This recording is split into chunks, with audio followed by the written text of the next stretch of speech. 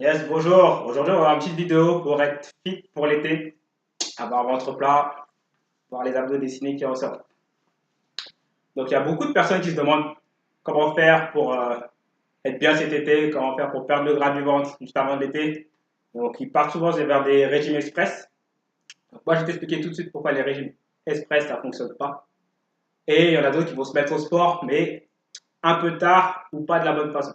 Et je vais t'expliquer dans cette vidéo deux méthodes et deux techniques qui marchent ensemble pour justement perdre rapidement le gras du ventre, retrouver la forme et être prêt pour l'été en l'espace de 3 semaines à peu près.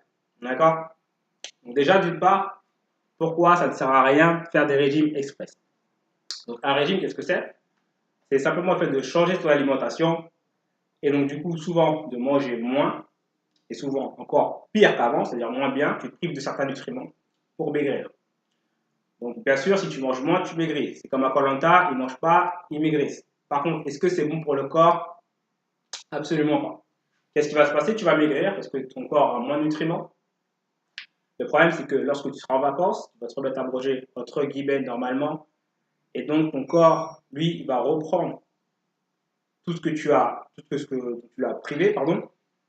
Et surtout, il va prendre encore plus car ton corps a une mémoire. Il va se souvenir que tu l'as privé pendant 2 ou 3 semaines. Et donc, cette fois-ci, il va stocker beaucoup plus d'éléments. Tout ce qui est glucose, il va le stocker. Et quand il le stocke, c'est sous forme de gras, donc de glucides ensuite. Et donc, tu vas te retrouver avec le fameux bide. Et c'est pour ça qu'il y a toujours des effets yo-yo avec les régimes. Donc, règle numéro 1, ça ne sert à rien de faire des régimes. Alors, la deuxième erreur, c'est les personnes qui sont très motivées. Ils se disent, voilà, moi, je m'en fiche. Je vais être l'été, je vais avoir les abdominaux, je vais avoir le ventre plat. Je vais pas au sport. Donc, ils se remettent au sport. Généralement, ils ne vont pas se réinscrire dans une salle de sport parce qu'ils n'ont pas le temps. Donc, ils se remettent au sport un peu tout seuls, à regarder des vidéos, etc. Mais ils ne font pas les bons exercices. Ils se fatiguent et après, ils se démotivent. Donc, en soi, c'est pas mal de vouloir se remettre au sport.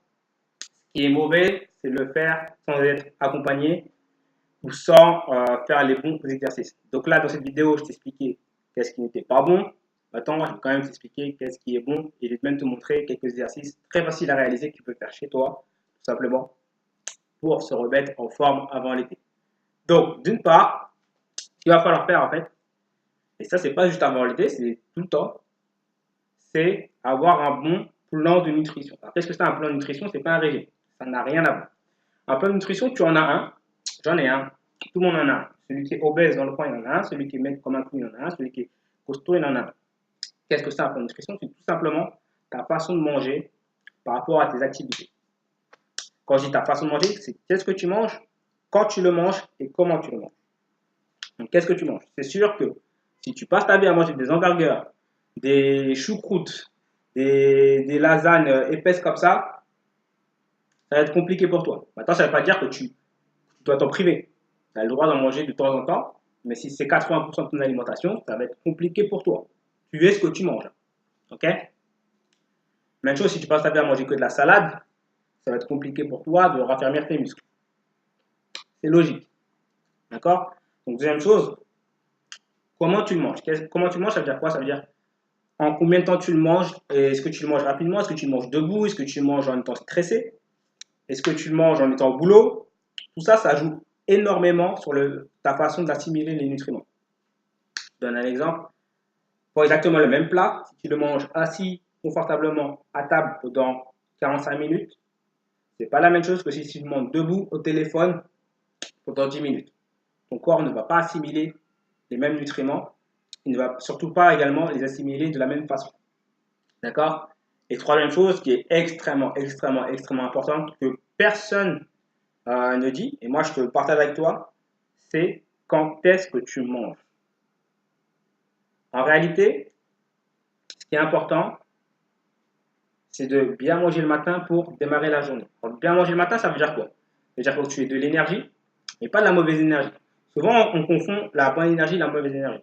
La mauvaise énergie, c'est manger beaucoup de céréales, des choses fat, épaisses, qui vont en réalité te donner du mauvais sucre dans le sang et donc tu vas être fatigué. C'est pour ça qu'on a un coup de barre vers 11 heures.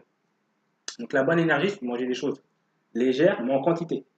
en quantité parce que tu vas avoir faim, mais des choses qui donnent la pêche, de l'énergie tout de suite. Ensuite, à midi, dans le plein milieu de la journée, là, tu peux manger un peu de céréales. Pas énormément pour pas avoir le coup de barre. Quand je dis céréales, hein, c'est tout ce qui a riz complet. Pâtes, j'aime pas trop, mais bon, tu peux manger un peu de pâtes. Riz complet, des choses comme ça. Avec de la viande et des légumes. Il faut qu'il y ait toujours au moins de la viande et des légumes, surtout à midi. Le soir, c'est très simple. Tu rentres chez toi, il te reste peu de temps avant de te coucher. Il n'y a strictement aucun intérêt à manger lourd le soir. Pourquoi? Parce que le soir, tu vas te coucher. Donc, si tu vas t'endormir, qu'est-ce qui va se passer? Ton corps va stocker tout le gras, tout ce que tu as pris sous forme de gras. Donc, il n'y a aucun intérêt à manger lourd le soir. Donc, ça, c'est un plan de nutrition. Un plan de nutrition, c'est ta façon de manger, comment tu le manges et à quels horaires tu manges. D'accord? Et bien sûr, si tu accompagnes ça d'un bon plan d'action au niveau du sport, alors là, pareil, tu n'as pas besoin de faire des heures et des heures de sport. Tu n'as même pas besoin de faire une demi-heure par jour. C'est trop. En réalité, tu fais 10 minutes de sport par jour, c'est amplement suffisant. Et je dis bien amplement suffisant. Ce qui est important, c'est de savoir faire les bons exercices. Donc, si tu fais un exercice de la mauvaise façon, ce qui va se passer, c'est que tu vas être encore plus fatigué, mais tu vas avoir dépensé moins d'énergie. Donc, c'est nul dans les deux cas. C'est-à-dire que tu te fatigues plus, mais tu dépenses moins. Alors que si tu es bien accompagné, si on te montre les bons exercices, et les bons exercices, c'est lesquels? C'est ceux qui entrent dans la, comment dire, excusez-moi pour cette phrase, c'est ceux qui te permettent d'activer ce qu'on appelle l'afterburn effect. Et cet afterburn effect, c'est simplement activé par les mouvements naturels du corps. C'est-à-dire, par exemple, se baisser, se relever, pousser sur ses bras, sauter. Ça, c'est des mouvements naturels. Notre corps est fait pour ça. Donc, si tu le fais pour ça, ça ne va pas trop te fatiguer parce que ton corps est fait pour ça. D'accord? Par contre, ça va consommer énormément d'énergie.